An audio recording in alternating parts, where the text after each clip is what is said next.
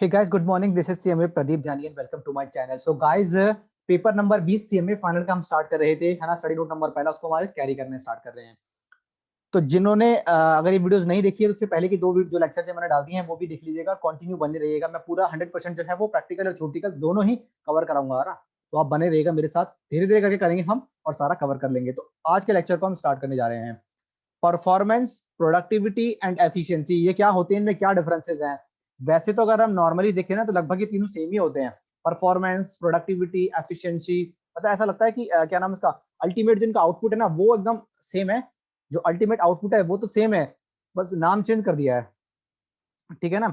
तो अब हम एक करके देखते हैं प्रोडक्टिविटी का मतलब क्या है। सबसे पहले प्रोडक्टिविटी देखते हैं। It is examine the relationship between input and output in a given production process. कहने का मतलब ये है कि प्रोडक्टिविटी केवल ये बताता है कि आप कितने प्रोडक्टिव हो। कैसे कि भाई आप को 5 घंटे का काम दिया गया, बाकी में वो 5 घंटे का काम था, अगर आप उसको 5 घंटे तक कर लेते हो या से पहले कर लेते हो तो आप प्रोडक्टिव माने जाओगे। यानी जो आपको जो जितना समय दिया गया है, जितना आपको टाइम पीरियड दिया गया उस टाइम पीरियड में अगर आप उस काम को खत्म कर लेते हो या उससे पहले कर लेते हो तो आप प्रोडक्टिव व्यक्ति कहलाते हो। ये क्या बताता है कि क्या नाम है इसका, हमने कितना आउटपुट दिया, कितना आपने आउटपुट निकाला प्रोडक्शन प्रोसेस में, ये हमारा क्या होता है, प्रोडक्टिविटी। तो प्रोडक्टिविटी इज इक्वल टू क्या नाम है इसका, कितना हमने आउटपुट, कितना हमने इनपुट डाला उससे हमें कितना आउटपुट मिला, यानी आउटपुट डिवाइड में input is equal to productivity. कह रहा है कि productivity is closely related with efficiency, यानी एफिशिएंसी, प्रोडक्टिविटी और परफॉर्मेंस लगभग सेम है, ठीक है। आइए, while the terms productivity and efficiency are often used interchangeably, efficiency does not have the same precise meaning as the productivity. While efficiency is also defined in terms of comparison of two components, input and output, the highest productivity level from each input level is recognized as the efficient solution. Further suggests the efficiency reflects the ability of firm to maximum output. इतना productivity में हम ये देखते हैं कि भाई कितना input डालने के बाद हमें कितना आउटपुट मिला। अब हम क्या करते हैं कि एफिशिएंसी देखते हैं। भाई ये देखो, मान लो किसी व्यक्ति को दो व्यक्ति हैं, सेम क्वालिफिकेशन के हैं, सेम एक्सपीरियंस के हैं, एक ही सेम काम करने को दिया। एक व्यक्ति ने अच्छे से काम को 2 घंटे में खत्म कर दिया और एक ने 4.5 घंटे में काम किया। तो ये हमारा हो गया प्रोडक्टिविटी की भाई एक ने 2.5 घंटे लिए और एक ने 4.5 घंटे लिए। लेकिन अब हम मानते हैं कि कौन अच्छा है, तो जब ये देखते हैं कि कौन अच्छा है, कौन एफिशिएंट है और कौन इनएफिशिएंट है। तो जब 2.5 घंटे वाला व्यक्ति एफिशिएंट होगा ज्यादा और वो इनएफिशिएंट होगा, ठीक है ना। तो इनपुट और आउटपुट के रिलेशनशिप को हम बोलते हैं प्रोडक्टिविटी। और उससे जब हम कंपैरिजन करते हैं कि कौन अच्छा है और कौन अच्छा नहीं है, तो उस चीज को हम देखते हैं एफिशिएंसी से। और इसी एफिशिएंसी से हम उनकी परफॉर्मेंस को मेजर करते हैं। तो ये तीनों हो गए प्रोडक्टिव, मतलब इनपुट आउटपुट का रिलेशनशिप। फिर हम उसको देखते हैं कि कौन एफिशिएंट है, कौन इफिशिएंट है, और इसी एफिशिएंसी के बेस पर हम उनकी परफॉर्मेंस का पता लगाते हैं। ओके गाइस, आइए आगे देखते हैं हम।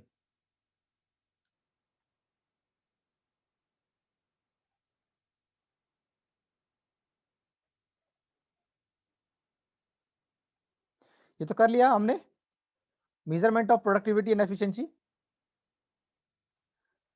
सबसे पहले हम प्रोडक्टिविटी देखेंगे। प्रोडक्टिविटी यानी इनपुट आउटपुट के रिलेशनशिप प्रोडक्टिविटी हो गया। फिर हम उससे पता लगाते हैं कि कौन एफिशिएंट है, कौन एफिशिएंट नहीं है, ठीक है। जो एफिशिएंट होगा उसको हम उसकी परफॉर्मेंस बताएंगे कि कौन सा वो अच्छी परफॉर्मेंस है, किसकी अच्छी परफॉर्मेंस नहीं है।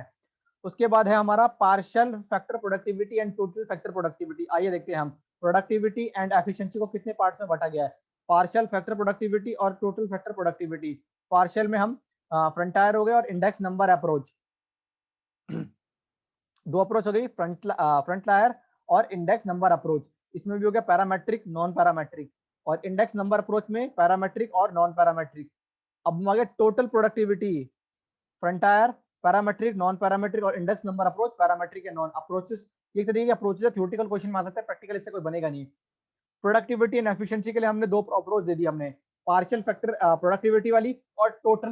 एक तो पार्शियल हो गई और एक टोटल हो गई। फिर दो, इसको भी हमने दोनों को ही दो दो भागों में बांटा गया, फ्रंट टायर और इंडेक्स नंबर अप्रोच। दोनों को ही फिर हमने दो भागों में बांटा गया, पैरामेट्रिक और नॉन पैरामेट्रिक। सबसे पहले हमने क्या किया, प्रोडक्टिविटी एंड एफिशिएंसी देखी। उसके बाद उसको हमने दो भागों में बांट दिया गया, पार्शियल फैक्टर प्रोडक्टिविटी और टोटल फैक्टर प्रोडक्टिविटी।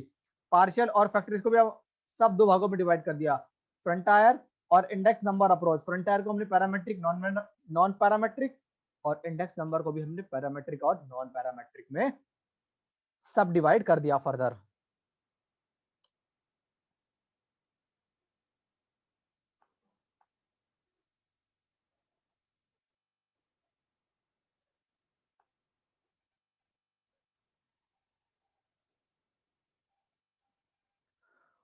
उसके बाद है फाइनेंशियल परफॉर्मेंस एनालिसिस।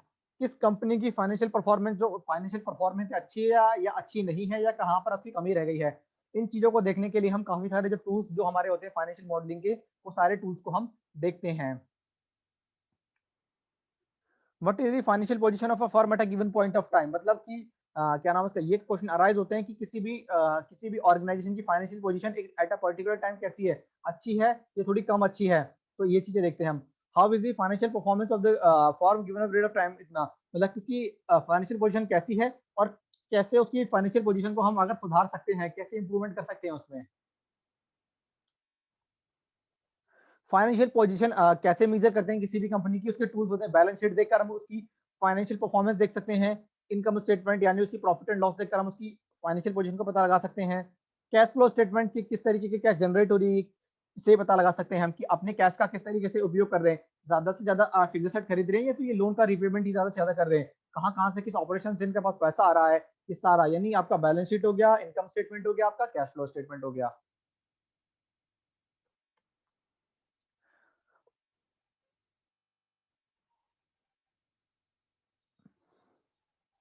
उसके बाद हो गया areas of financial performance analysis, यानी कंपनी की फाइनेंशियल परफॉर्मेंस को एनालाइज करने के लिए कौन कौन से टूल्स का हम इस्तेमाल कर सकते हैं।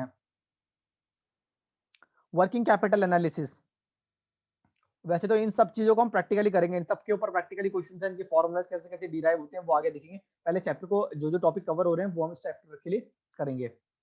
वर्किंग कैपिटल एनालिसिस यानी किसी भी कंपनी को मतलब किसी कंपनी को चलाने के लिए क्या होता है कि क्या नाम है इसका, जो किसी कंपनी को चलाने के लिए जिसके ऑपरेटिंग एक्सपेंसेस होते हैं, किसी कंपनी का ऑपरेटिंग एक्सपेंस मतलब डेली के जो खर्चे होते हैं, उस खर्चों को बियर करने के लिए यानी उस खर्चों को पूरा करने के लिए कंपनी के पास एक वर्किंग कैपिटल यानी पैसा कुछ पड़ा होना चाहिए अपने पास करंट में।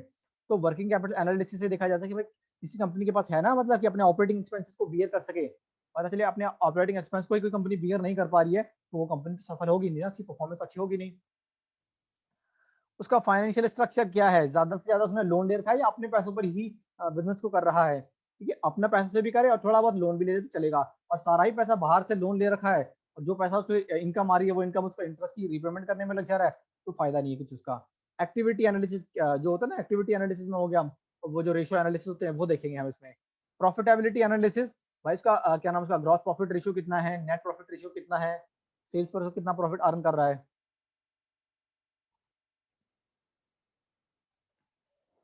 ट्रेड क्रेडिटर्स होते हैं जिन लोगों को हमने पैसा पेमेंट करना है 12 महीने के अंदर अंदर। बॉन्ड होल्डर्स मतलब जिनको हमने बॉन्ड देकर पैसा लिया है उनसे हमें। इन्वेस्टर्स, जिन लोगों ने हमारे बिजनेस में पैसा लगाया है वो इन्वेस्टर्स होते हैं। मैनेजमेंट मतलब जो टॉप मैनेजमेंट होता है, जो बिजनेस को मैनेज कर रहा है, किस तरीके से मैनेज को और ऊपर ले जाना है और आगे ले जाना है, कहाँ इंप्रूवमेंट करना है, कहाँ पर जो वीकनेस है कंपनी के, जहां पर हमें इंप्रूवमेंट और करना है। उसके बाद types of financial performance analysis.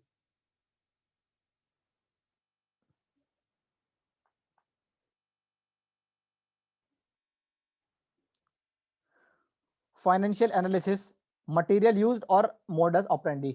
Material use में एक्सटर्नल एनालिसिस और इंटरनल, और इसमें मॉडस ऑपरेंडी में हॉरिजॉन्टल और वर्टिकल एनालिसिस।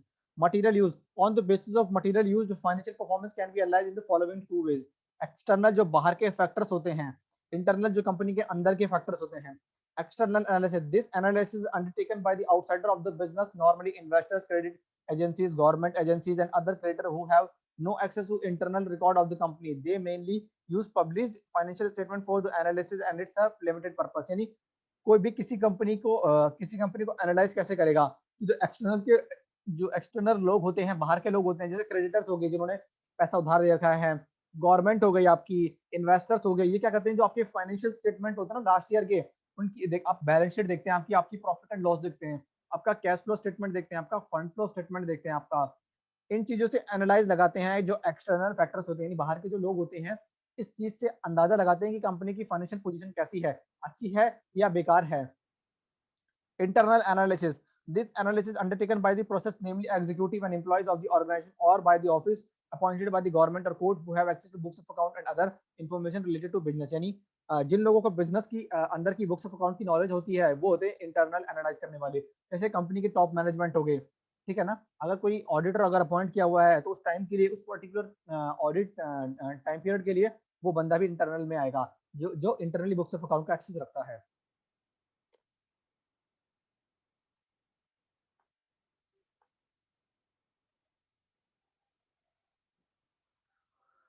मोडस ऑपरेंडी, इसके बेसिस पर भी हम इसके दो पार्टों में बांटा गया, हॉरिजॉन्टल एनालिसिस और वर्टिकल एनालिसिस।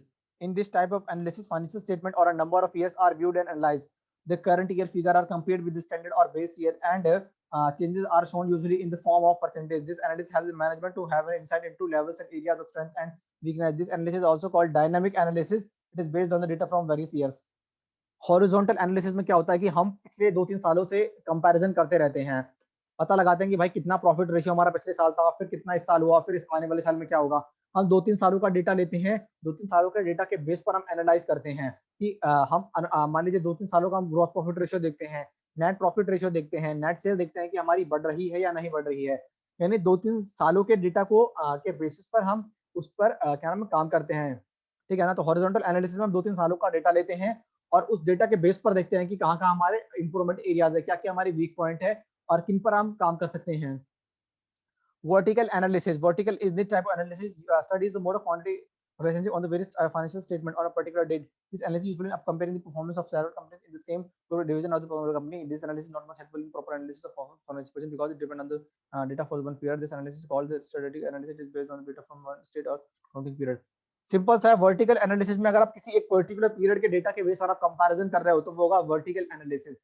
अगर आप 2-3 सालों के डेटा ले रहे हो तो आपका होता है हॉरिजॉन्टल एनालिसिस। तो हॉरिजॉन्टल एनालिसिस थोड़ा बेहतर रहता है रादर देन वर्टिकल एनालिसिस। अगर आप 2-3 साल का कंपैरिजन कर रहे हो तो थोड़ा सा बेहतर रहता है।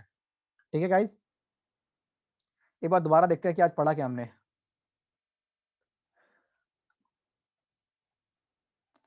सबसे पहले हमने देखा प्रोडक्टिविटी, एफिशिएंसी एंड परफॉर्मेंस।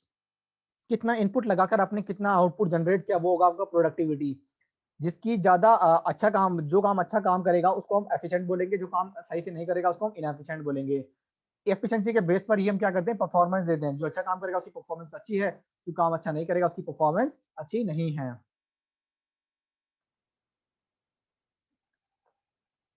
उसके बाद हमने प्रोडक्टिविटी एंड एफिशिएंसी को दो पार्टों में बांटा गया था, पार्शियल और टोटल। पार्शियल को हमने फिर दो पार्टों में पार्शियल और टोटल को फिर हम दो पार्टों में बांटा था, फ्रंट लायर और इंडेक्स नंबर अप्रोच। फिर फ्रंट लायर को दो भागों में, पैरामेट्रिक और नॉन पैरामेट्रिक।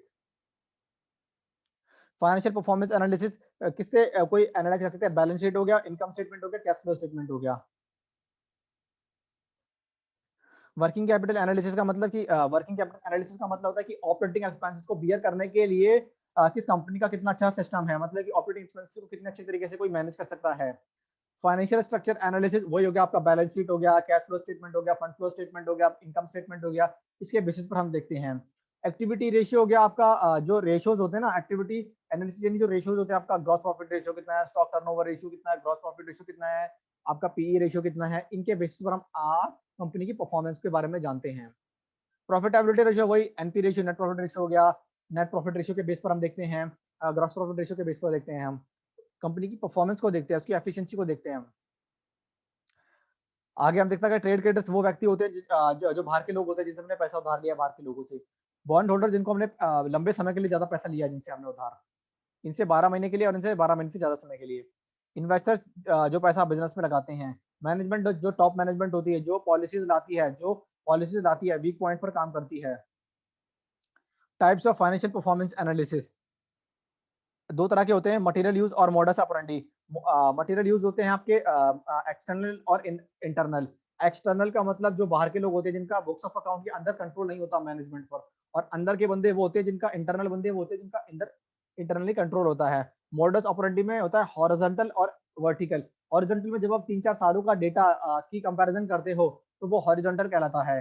और जब आप 2-3 सालों केवल एक साल का डेटा की कंपैरिजन करते हो, आज 2020 का डेटा चेक कर रहे हैं, तो अगर आप 2019 का डेटा ले रहे हैं तो आपका क्या नाम है इसका, वर्टिकल होगा। हॉरिजॉन्टल जब 2-3 सालों का डेटा चेक करते हो और जब 1 ईयर का चेक करते हो तो आपका होता है वर्टिकल। ओके गाइस, तो धीरे धीरे करके अब हमने जो स्टडी नोट नंबर 20 है कंप्लीट कराऊंगा मैं आपको, टेंशन वाली प्रैक्टिकल थ्योरेटिकल दोनों ही, आप बस बने रहिएगा। ठीक है, मैं थोड़े थोड़े शॉर्ट इंटरवल पे कराऊंगा ताकि ज्यादा प्रेशर ना हो। ठीक है ना। Okay guys, so thank you so much guys for this lecture. We will carry. Okay, thank you so much guys, bye guys.